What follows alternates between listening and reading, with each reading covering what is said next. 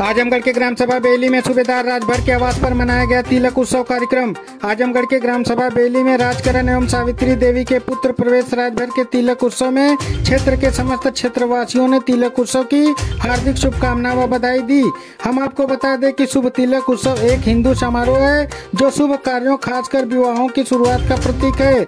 इस उत्सव में दूल्हे को तिलक लगाकर सम्मानित किया जाता है और तिलक माथे पर लगाए जाने वाले पवित्र चिन्ह लगाकर दूल्हे को स्वीकार किया जाता है। तिलक उत्सव के अवसर पर गायक रामबली राजभर, लोकगीत बिरहा और गायिका शकुंतला भारती लोकगीत बिरहा दोनों कलाकारों के बीच जमकर मुकाबला हुआ। सभी लोगों का बिरहा के माध्यम से मनमोहित किया। कार्यक्रम में स्वागत के रूप में विजय राजभर, लल्लन राजभर, शेखर राजभर, वीरेंद्र राजभर के द्वारा स्वागत किया गया, जिसमें सभी ग्रामवासी तिलक उत्सव में सम्मिलित रहे।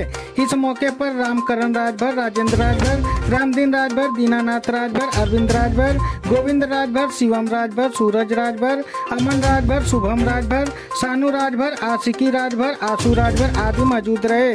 ब्यूरो रिपोर्ट, पवन पुरोहिया न्यूज, आजमगढ़, उत्तर प्रदेश।